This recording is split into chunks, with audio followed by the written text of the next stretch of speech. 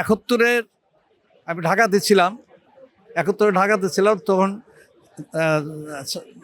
আমাদের সাদেক হোসেন খোকা ভাইয়ের নেতৃত্বে আমরা মুক্তিযুদ্ধ করেছিলাম। অত্যন্ত দুঃখের বিষয়, আমরা অতীতে দেখলাম অনেকেই মুক্তিযুদ্ধের চেতনার কথা বলে, অনেক ঘটনা ঘটেছে। তারা কিন্তু আসলে শহীদ প্রেসিডেন্ট জিয়াউর রহমানের ডাকে আহ্বানে আমরা সাড়া দিয়ে আমরা ঝাঁপাই পড়েছিলাম মুক্তিযোদ্ধায় এবং জীবনের রিস্ক নিয়ে। কিন্তু আমরা অতীতে কী দেখলাম, আমরা অতীতে একটি সরকার তারা চেতনার কথা বলে, আসলে তারা কিন্তু মুক্তিযুদ্ধ করেন নাই।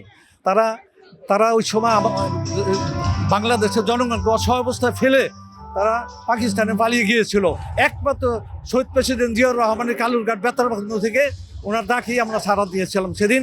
তা আমরা এখনও দেখছি, এখনও আমাদের আন্দোলন শেষ হয়নি। এখনও আমাদের সেইভাবে মুক্তিযুদ্ধ যেভাবে মূল্যায়ন করার কথা ছিল সেইভাবে আমরা মূল্যায়ন পাইনি। তা আশা করি এখন যেইভাবে আমাদের